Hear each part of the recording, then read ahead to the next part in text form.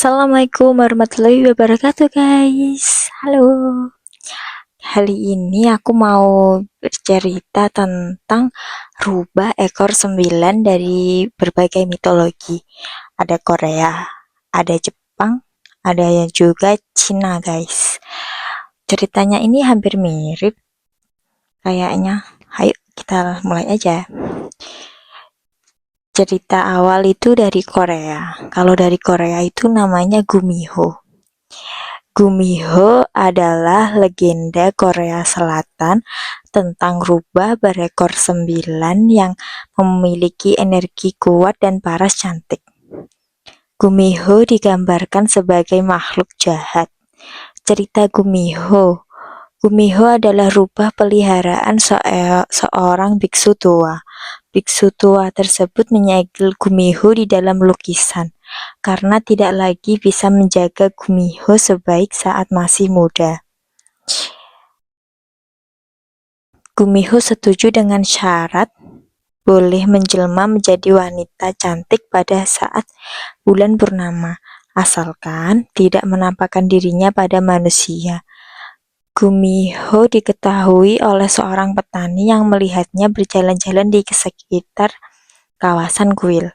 Kabar ini menyebar luas ke masyarakat dan biksu dipertanyakan tentang kejadian ini. Biksu tua tersebut akhirnya menyegel Gumiho selamanya. Seorang laki-laki bersama temannya datang ke kuil untuk berdoa dan bermalam di kuil itu.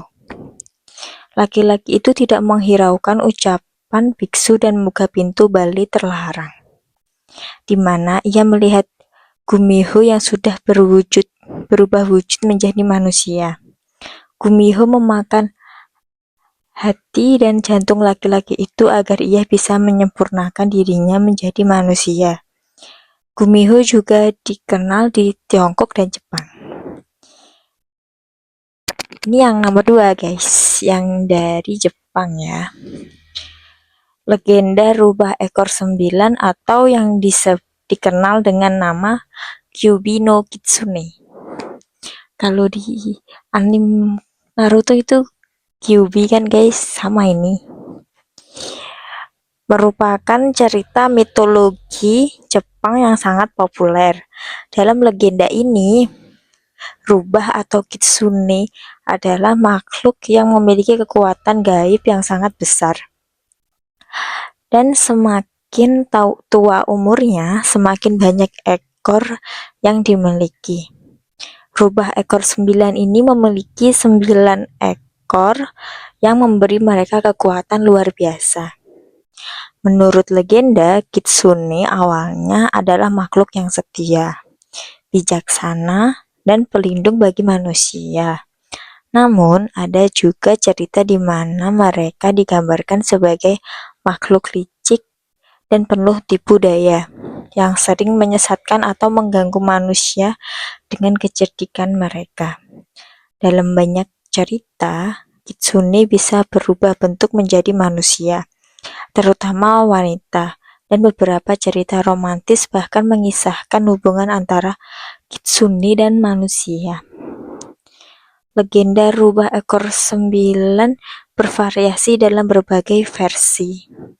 Dalam satu versi cerita, rubah ekor 9 adalah makhluk yang sangat kuat dan memiliki kemampuan untuk mengendalikan elemen-elemen alam, seperti angin, api, atau bahkan pikiran manusia. Ada kisah di mana seorang rubah ekor 9 jatuh cinta pada seorang manusia. Dan meskipun awalnya baik-baik saja, akibat perbedaan dunia mereka, kisah tersebut sering berakhir tragis. Dalam mitologi Jepang, Kyuubi no Kitsune seringkali terhubung dengan dewa atau roh, seperti Inari, yang merupakan dewa pertanian dan keberuntungan. Di bawah perlindungan Inari, Kitsune dianggap sebagai makhluk yang diberkahi dengan kekuatan besar dan dijadikan simbol keberuntungan dan perlindungan. Namun, jika kitsune marah atau dikhianati, mereka bisa sangat berbahaya. Salah satu versi paling terkenal dari cerita Rubah Ekor 9 adalah kisah seorang Kyubi no Kitsune yang pada akhirnya kehilangan kekuatan atau dihukum karena kejahatannya. Biasanya karena rasa cemburu, dendam, atau tindakan licik terhadap manusia.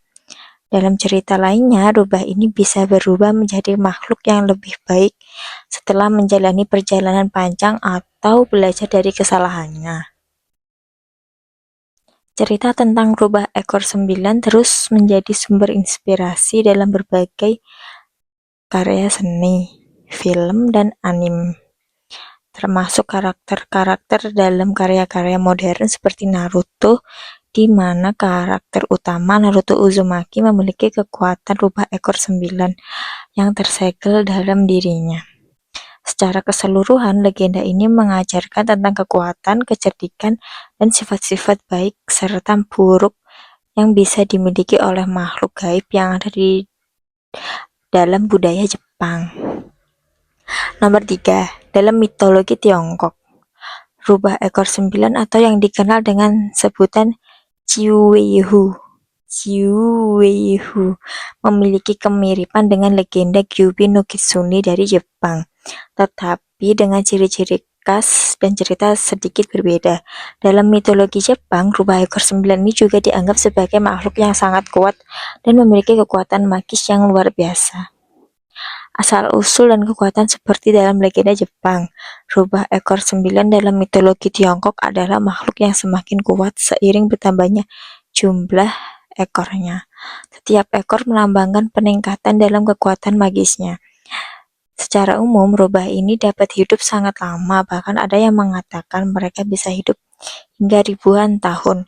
Seiring bertambahnya umur, mereka bisa berkembang menjadi makhluk yang lebih bijaksana dan lebih berbahaya, memiliki kemampuan untuk berubah bentuk menjadi manusia, serta menguasai berbagai kemampuan magis seperti mengendalikan api, angin, atau bahkan menyihir orang. Karakteristik dalam mitologi Tiongkok, rubah ekor 9 seringkali digambarkan sebagai makhluk yang cerdik dan licik, namun bisa juga menjadi simbol keberuntungan dan perlindungan sebagai contoh dalam beberapa cerita. Mereka bisa menjelma menjadi wanita cantik yang memikat hati pria, dan seringkali cerita ini berakhir dengan hubungan yang rumit atau penuh intrik. Biasanya, kisah-kisah ini mengandung unsur perselisihan atau pengkhianatan, di mana si rubah harus memilih antara kekuatan magis atau hubungan dengan manusia. Tokoh utama dan cerita populer, salah satu cerita terkenal yang mengangkat sosok rubah ekor 9 dalam mitologi Tiongkok adalah kisah Hu Lijing, yang juga sering disebut sebagai spirit rubah. Dalam cerita ini, rubah ekor 9 bisa berubah menjadi manusia dan seringkali digambarkan sebagai wanita yang memiliki daya tarik luar biasa. Cerita ini memiliki tema tentang cinta, tipu daya, dan kecerdikan, di mana rubah ini sering menggunakan pesonanya untuk mendapatkan apa yang dia inginkan. Ada juga cerita tentang rubah ekor 9 yang menjadi makhluk jahat dan berbahaya setelah menjalani perjalanan yang panjang untuk memperoleh kekuatan magis. Dalam beberapa kisah, rubah ekor 9 dapat menyebabkan malapetaka seperti menurunkan hujan api atau mengendalikan pikiran manusia untuk kepentingannya sendiri. Namun, seperti dalam legenda Jepang, ada juga kisah ya, di mana rubah ini bertobat dan menyesali tindakannya.